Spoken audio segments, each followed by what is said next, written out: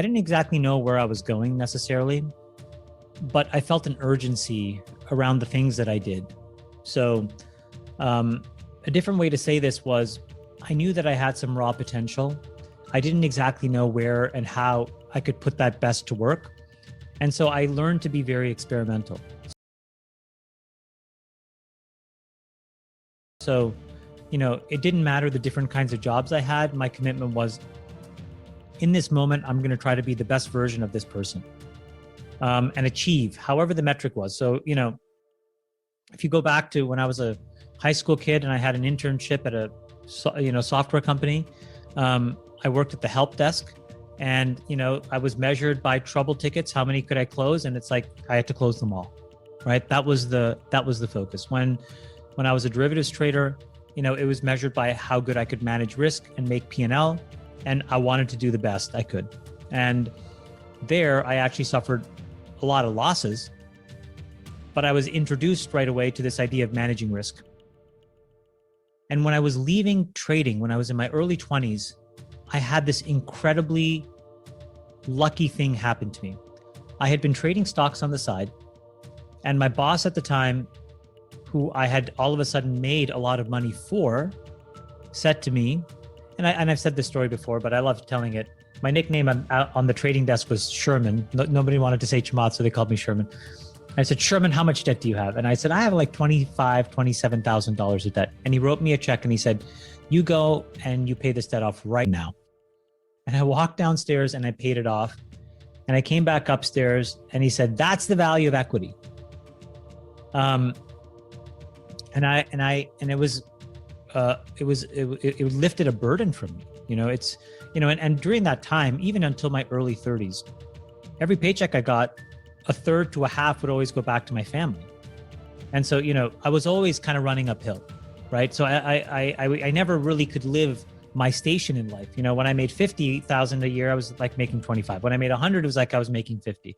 When I made 200,000 a year, it was like I was making 100 constantly. And then I got this job offer to go work at this small startup company in California called Winamp. And it had just been bought by AOL. And they had given me a number of shares as my comp package. So my salary was a lot less, but then it was like 5,000 shares. I mean, like a complete nothing burger, okay? But I went back and I built a spreadsheet and I sensitized how much money would this have been had I joined in different years.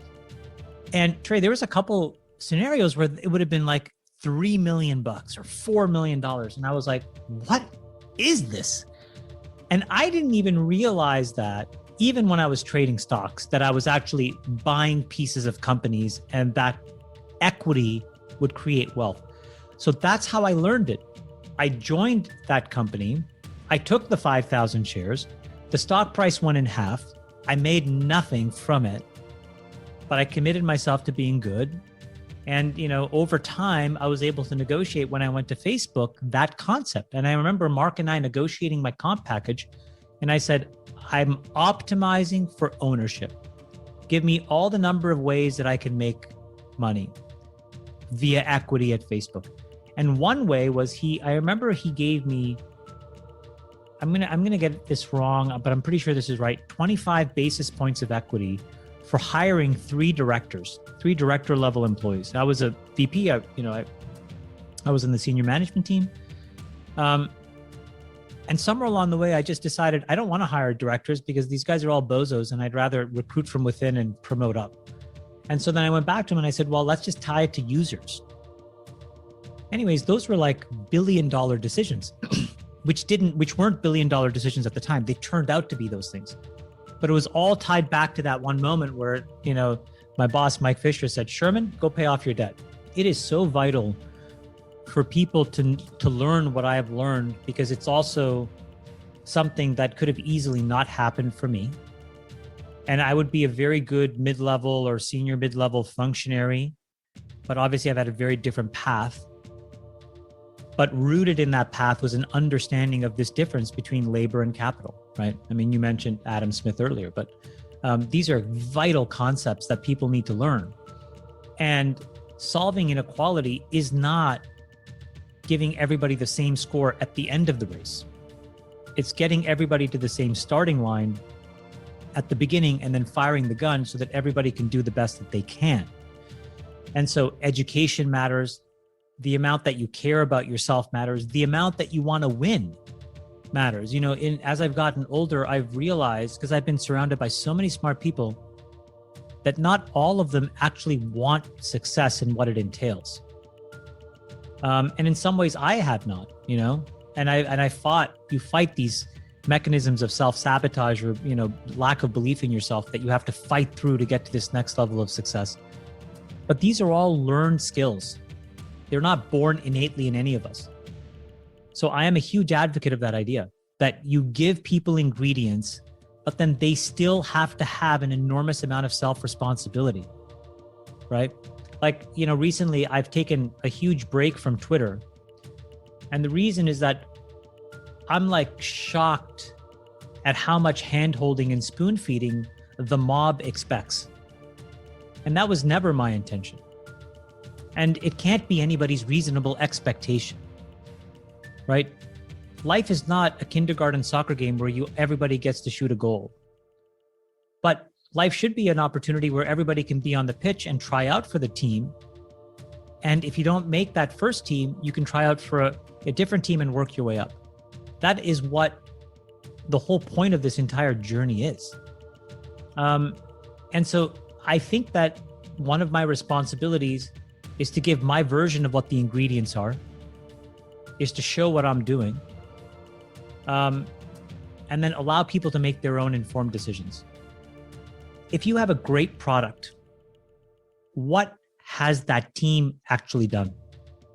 They've actually put their biases off to the sidelines. They have found, either by listening or by intuition and invention, an ability to create some level of product market fit that is ultimately giving consumers or their customers something that they deeply want / need / are willing to pay for. Now, that may manifest, that level of obsession may manifest in a group of people that may seem detached, aloof, rude, arrogant to other people.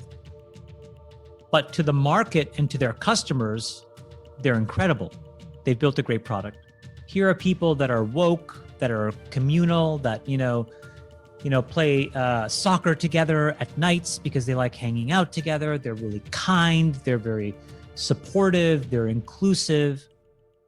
But somewhere along the way, they lost the script and forgot that a company is a for-profit expression of intellect. And there is no room for not winning in business. So it's like things that belonged in a social club or in a family that people mistakenly trundled into the office with. So this is like a really interesting investing problem. I probably would be much more attracted to the former, but I have learned to suppress my bias and actually allocate capital to the latter. That's winning. And you have to decide if that's what you're willing to do.